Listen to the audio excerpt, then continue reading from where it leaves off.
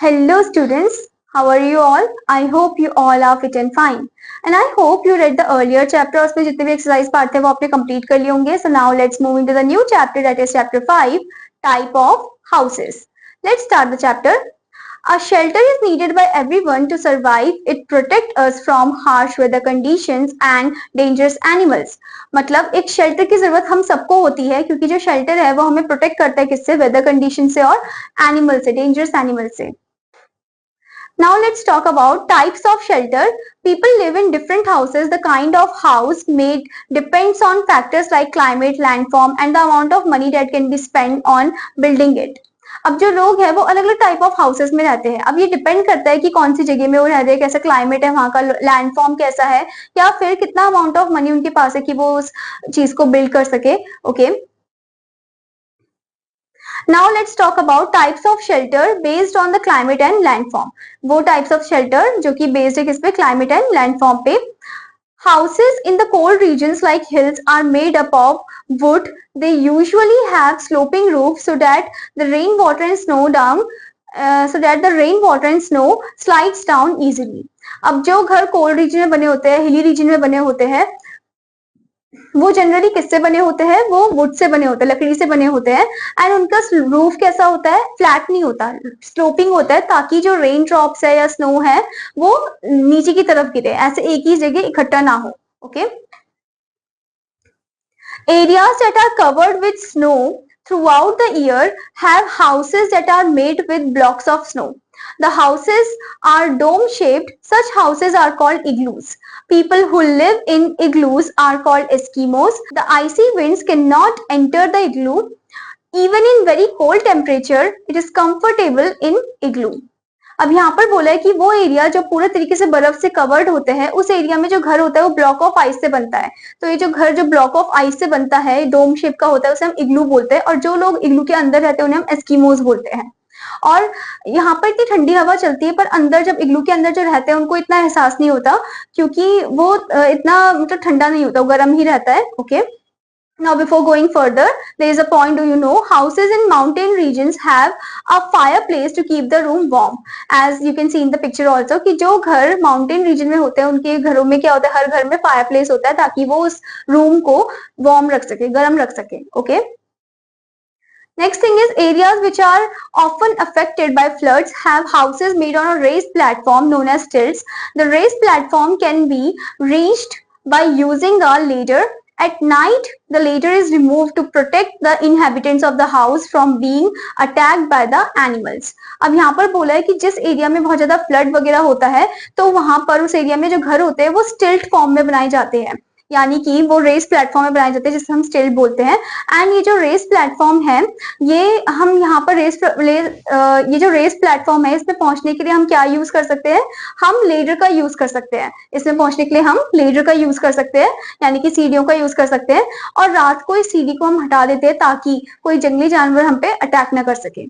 Here you can see the image of stilt house. Now next thing is wooden houses are made in earthquake prone areas. The reasons behind it is that during an earthquake, wooden house cause less damage even if it is collapse.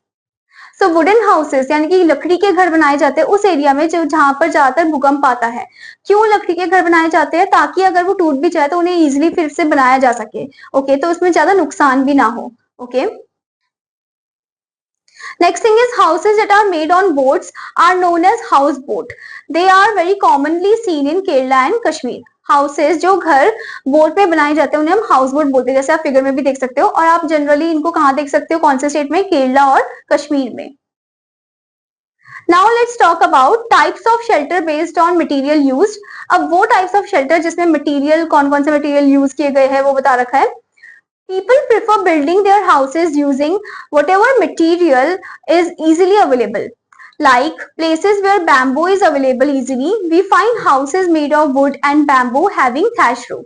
अब यहाँ पर बोला है कि लोगों को generally उन चीजों से वो घर बनाते हैं जो इजीली अवेलेबल हो. जैसे फॉर एग्जांपल अगर बैम्बू इजीली अवेलेबल है तो ज्यादातर जो घर होंगे वो बैम्बू के बने होंगे या लकड़ी के बने होंगे, जैसे आप इस फिगर में भी देख सकते हो bamboo house. Next thing is houses in villages. Villagers generally have houses made of mud known as kacha houses. Concrete materials like cement bricks are not easily available in villages. The walls of such houses are plastered with mud. These houses are not very strong and are often repaired from time to time. अब villages area में क्या होता है कि जैसे type of material वहां पर available होगा वैसे टाइप ऑफ मतलब वहां का घर होगा. जैसे आप एग्जांपल यहाँ पर फिगर में भी देख सकते हो, हट जो कि किससे बना है, मिट्टी से बना है, वुड से बना है, थैश रूफ है उसके. ओके, यानी कि वो टेम्पररी टाइप का घर है, कच्चा हाउस जिसे हम बोलते हैं. एंड ये यहाँ पर सीमेंट ब्रिक इतने इजीली अवेलेबल नहीं होते. यहाँ पर ये सब ही चीजें अवेलेबल होती है, जैसे मिट्टी हो गया, गाय का गोबर हो गया, लीव्स हो गए, ड्राई लीव्स हो गए. ठीक है, तो इन चीजों से बनाया जाता है और इसको रिपेयर किया जाता है टाइम टू टाइम, क्योंकि ये जल्दी से खराब भी हो सकते हैं. Now next thing is houses in cities and towns. Houses that are made using bricks, cement, marbles and tiles are known as pakka houses. As the space is very less in towns and cities, tall buildings are constructed that have many houses on each floor. Such buildings are known as multi-stored buildings or skyscrapers. अब यहाँ पर बोला है कि शहरों में जो घर होते हैं वो ब्रिक, सीमेंट से, मार्बल से, टाइल से बनाए जाते हैं, जिनको हम पक्का हाउस या फिर परमानेंट हाउस बोलते हैं. अब शहरों में क्या होता है कि बहुत ज्यादा पॉपुलेशन होती है तो स्पेस भी कम होती है, तो क्या करते हैं कि बड़ी बड़ी सी बिल्डिंग बना देते हैं, कंस्ट्रक्ट कर देते हैं और उन्हीं में ही क्या होते हैं, बहुत सारे घर होते हैं जिसको हम क्या बोलते हैं, वहां पर बहुत सारे फ्लोर भी होते हैं जिसको हम क्या बोलते हैं, मल्टी स्टोर बिल्डिंग बोलते हैं या फिर स्काई स्क्रैपर. जो बिल्डिंग पूरे एकदम आसमान को छुई होती है उसको हम स्काई स्क्रैपर बोलते हैं. Here you can see the multi store building. Now let's talk about types of shelter based on economic status. अब वो टाइप ऑफ शेल्टर जो कि हमारे इकोनॉमिक स्टेटस पे बेस्ड है. The amount of money one spends in building a house determines the kind of house it will be. कितना amount of money हमने spend किया है घर को बनाने के लिए, वो depend करता है कि कौन से तरीके के घर में हम रह रहे हैं. Okay. Some people in cities do not have enough money to build a house of their own. They use cheap materials like plastic, tin, sheets, plywood and cardboard to make a house. Such areas are called slums. अब कुछ लोग हैं जिनके पास इतना पैसे नहीं होते कि वो अपना घर बना सके, तो वो कुछ जो चीप मटेरियल होते हैं, सस्ते चीजें होते हैं, उनसे ही घर बनाते हैं, जैसे कि प्लास्टिक हो गया, टिन शीट्स हो गए, प्लाईवुड हो गया, कार्डबोर्ड हो गया. तो इनको मिलाकर वो अपना घर बनाते हैं और उनको हम क्या बोलते हैं, उस एरिया को हम क्या बोलते हैं, स्लम एरिया, जैसे आप फिगर में भी देख सकते हो. Now next thing is houses like bungalows and havelis have a very high construction cost. जो houses होते हैं जैसे कि हवेली, बंगलो, उनका बहुत ज्यादा high construction cost होता है, इसमें बहुत ज्यादा पैसा लगता है बनने के लिए, जैसे आप फिगर में भी देख सकते हो, bungalow and that haveli. Now before going further, there is the point. Do you know Dharavi is a locality in Mumbai, Maharashtra, India, considered to be one of the Asia's largest slum. Dharavi जो है एक locality है कहाँ पर, मुंबई में, महाराष्ट्र में, जो कि इंडिया में है, एंड ये कंसिडर करा जाता है as the one of the largest Asia's slum. Okay. Now, before moving further, there is an activity. Complete this table of information after interviewing your neighbors. आपको अपने neighbors का इंटरव्यू लेना है, उनके नाम पूछना है, नाम आपको यहाँ पर लिखना है इस कॉलम में, देन हाउस नंबर लिखना है आपको, telephone number and also family members. Now the next point is living together. People live in a house with a family. Many people have houses close to each other and that is called as a neighborhood. In a neighborhood, people live close to each other and are dependent on each other for their needs. In a neighborhood, many services are available like banks, park, schools and colleges. अब यहाँ पर बोला है कि लोग जो है अपनी फैमिली के साथ रहते हैं घर में, और बहुत सारे जो घर है जो एक साथ होते हैं ज्वाइंट फॉर्म में, उसे हम क्या बोलते हैं, नेबरहुड एरिया बोलते हैं, जैसे आप इस फिगर में भी देख सकते हो. तो नेबरहुड में लोग एक दूसरे की बहुत मदद करते हैं, अच्छे से रहते हैं, प्यार से रहते हैं, एक दूसरे की जरूरतों को पूरा करते हैं.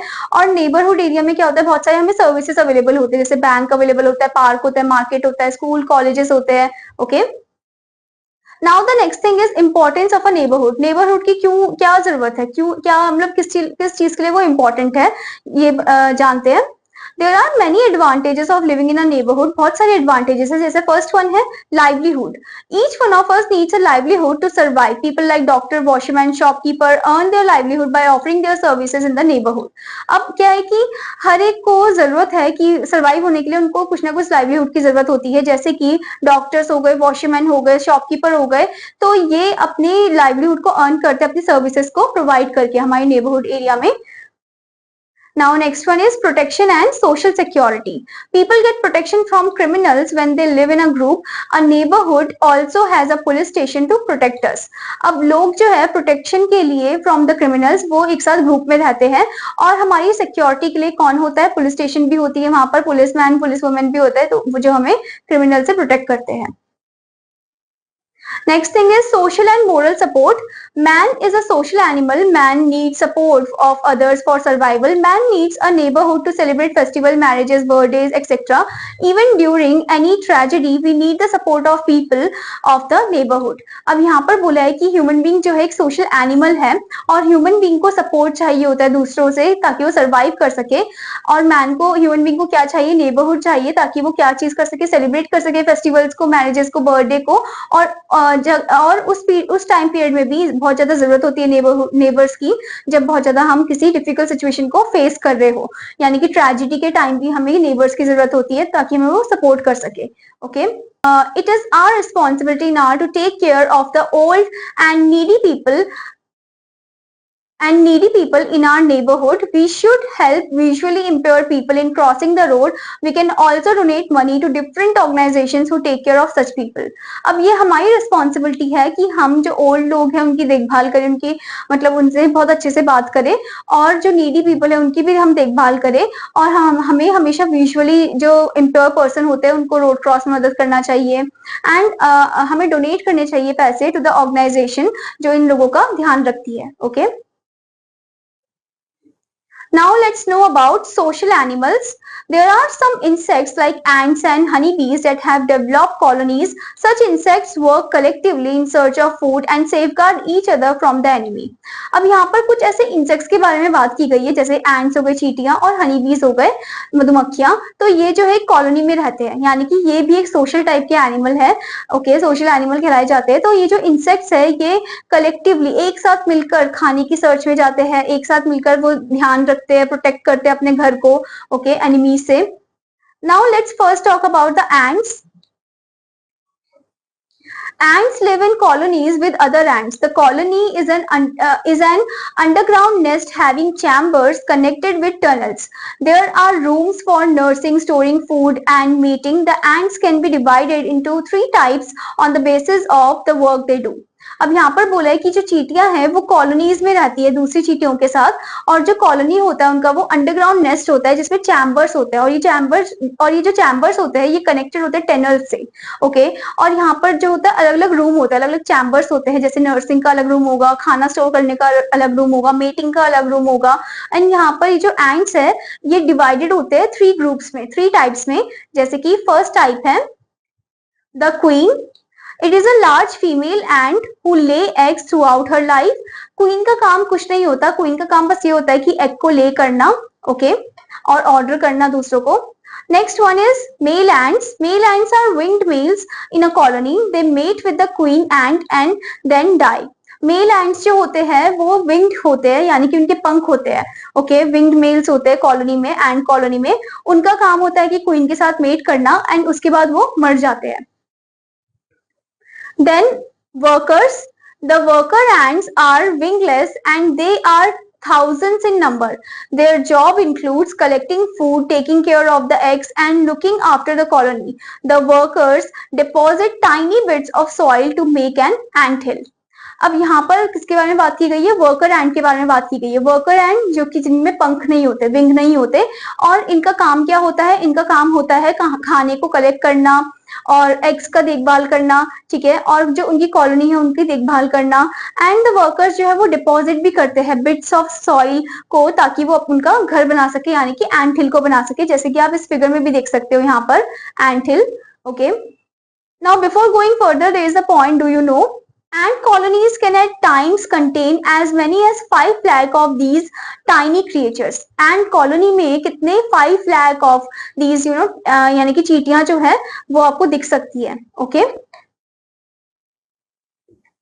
Next thing is soldier ants defend the ant hill from the intruders. Often other colonies are raided and captured by them. जो soldier ant होते हैं वो लड़ते हैं, like हमारे यहाँ पर जैसे soldiers होते हैं तो इनके भी soldier ant होते हैं, यानी कि soldier चींटियां होती है जो इनकी एरिया को प्रोटेक्ट करती है। और ये ऐसे भी करते हैं कि जैसे दूसरी कॉलोनी में रेड मारते हैं, और ये ऐसे भी करते हैं जैसे दूसरी कॉलोनी में रेड मारते हैं और उनको कैप्चर भी कर लेते हैं ये। Okay, now the next type of social animal is honeybees. Bees live together in a beehive. Three kinds of bees are there. अब bees जो है वो भी एक साथ रहते हैं जैसे चींटियां रहती है, और यहाँ पर भी 3 टाइप्स में डिवाइडेड है। First one is queen bee. There is only one queen bee in a hive. She lays egg every day. It lay around 1200 eggs. अब यहाँ पर जो हाइव है बी हाइव, उसमें सिर्फ एक ही क्वीन बी होती है और उसका काम बस क्या होता है कि एग को ले करना, और अराउंड 1200 एग्स वो ले करते हैं। Next one is worker bees.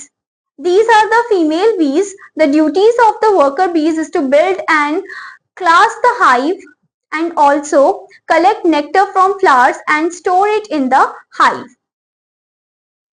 अब दूसरी बीज जो होती है वो होती है वर्कर बीज, जो कि फीमेल बीज होती है यूजुअली, एंड इनकी ड्यूटी क्या होती है कि बिल्ड लाइक उनका घर बनाना, हाइव बनाना, एंड उनको उसको प्रोटेक्ट करना और कलेक्ट करना, नेक्टर को कलेक्ट करना फ्लावर से एंड स्टोर करके रखना हाइव में। देन देयर इज मेल बीज यानी कि drones. These bees are known as drones and they only mate with the queen. जो मेल बीज है इनको एक और नाम से हम बुलाते हैं, that is drones, और इनका काम सिर्फ ये होता है कि क्वीन के साथ मेट करना. Now before going further, there is a point think and answer. Are termites and wasps also social animal? आपको find out करना है कि क्या जो termites और wasp है ये भी क्या social animals है. Okay.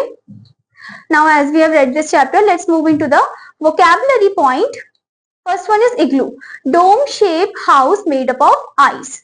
Next one is stilts, houses made on a raised platform in area which are often affected by flood. Next one is houseboats, houses that is made on boat. Next one is neighborhood, a place where many people have houses close to each other. Now let's move into the point things to remember. First one, the kind of house we build depends on the factors like climate, landform, and the amount of money that can be spent on building it. Next one, villages have houses made of mud and are known as kacha houses. Next one, houses that are made by using bricks, cement, marble tiles are known as pakka houses. Next one, ants and bees are the social animals, social creatures. Next one, a group of families living together in a particular locality make a neighborhood. I hope student that you understood this chapter. और आपका homework है कि आपको chapter को अच्छे से पढ़ना है और इसमें प्रैक्टिस जोन में जितने भी एक्सरसाइज दे रखे हैं उन्हें अच्छे से कंप्लीट करना है. Till then students, take care. Bye bye.